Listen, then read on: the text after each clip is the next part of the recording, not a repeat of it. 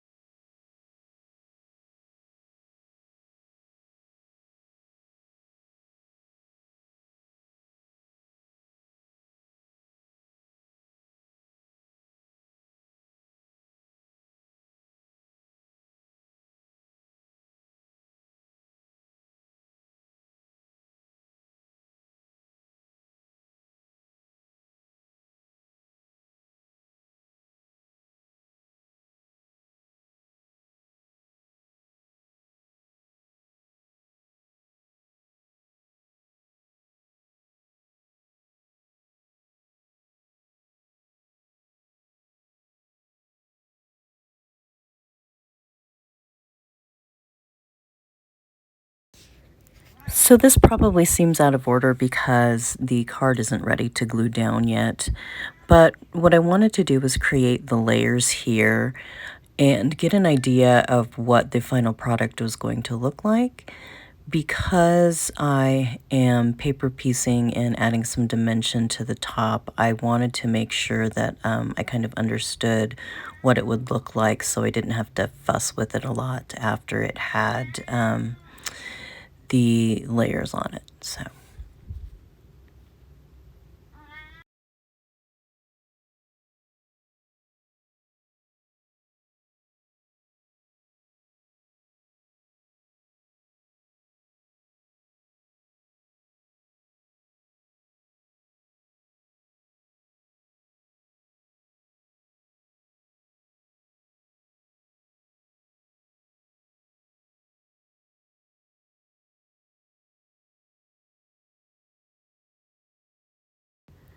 So the next thing I do here is I just take a minute to lay the images that I fussy cut on top of this base image.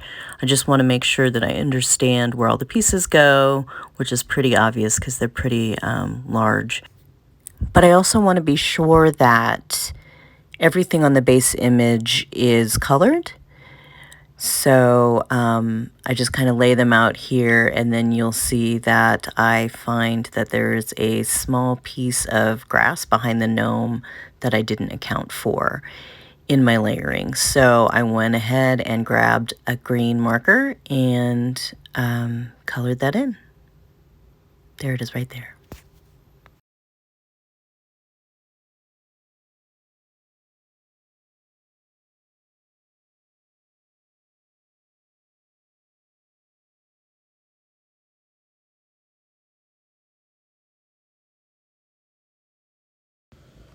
So here I decided to color in the sky and the ground. So I have a strip of the blender card that I cut earlier and am just using a couple of my markers to kind of see what color they are. And you'll notice here that I have a few different markers. I have a Copic Chow. It's one of the smaller Copic markers, and I only have, I don't know, maybe a dozen Copics in my collection, but this one is pretty light, and I have a light green one, and then I have a light blue as well. So I decide on those, and I'm going to go ahead and color in the background before I put the layers on. So I'm going to go ahead and speed this up just a little bit. The color of these markers that I use for the sky and the ground come across a little darker on screen than they did when I was working, and I don't know if it was because of the color of my background surface or the lighting, but I wasn't really able, you can see I'm moving the cardstock around a little bit. I was having a hard time seeing if the blend was blending together well. Of course, it's just one color, but I kind of forgot that sometimes you just have to let it set for a minute and kind of dry and soak in where it's going to soak in to see what the real effect is like. So that's what I'm doing right here. And then I go ahead and just give it a little more coverage and put my head in the screen and just color in the sky and the ground. And by the time I'm done, I feel like they are pretty evenly covered and the effect that I want.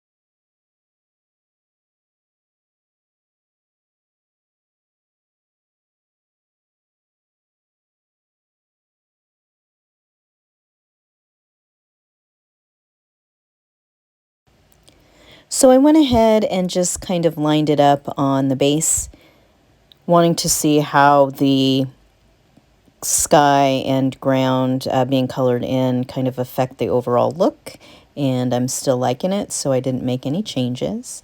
This is the point where I might have changed one of the colors of the mats in the background or put some like a border around the picture, but I decided that I like the way it's going. So now I'm just going to get some foam strips out. These are the scrapbooks.com foam strips. I'm out of foam squares, so I decided to use these. A lot of times I use the Scotty big foam roll, but I needed something smaller here. So I went ahead and took some of these strips and cut them down as I went. And you'll see I kind of cut them at little angles and things like that, just so I can get good coverage on the back of these items that I'm going to be popping up here. So I'm going to go ahead and speed it up again here. What's important to note about using foam strips is that it is easier to bend and kind of mold the foam strip to the item that you are adhering if you take the backing off of both sides. So this has the backing on on the one side now. And then I remembered that, so I went ahead and pulled the backing off of that, this piece to help mold it to the shape of the butterfly. It's not pretty, but it does the trick.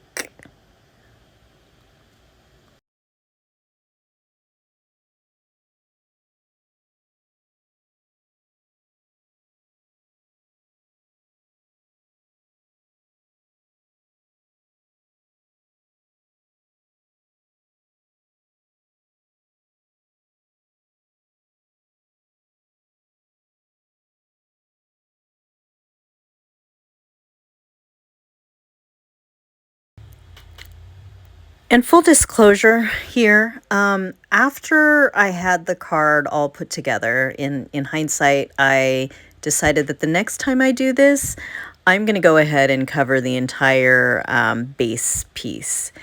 There is kind of enough foam and other things going on that you don't really notice if you're just looking at this card straight on. But when you move it around to look at the dimension, you can see in a couple different places that I obviously did not color in the base of the card. And so it would have given it a much more clean finished look if I would have colored the parts underneath. So next time I do a card like this, I will go ahead and color the entire base and then do the dimensional pieces separately as well. And now I just go ahead and adhere these other pieces down and then glue the card all together.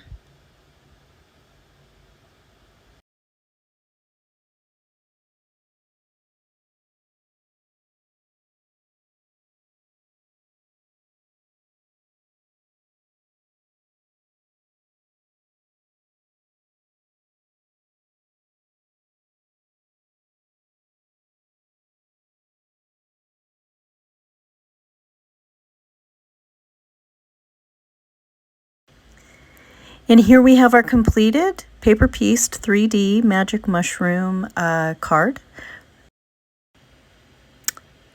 If you like this series of stamps, let me know in the comments below because I have a couple more that I could put together for you.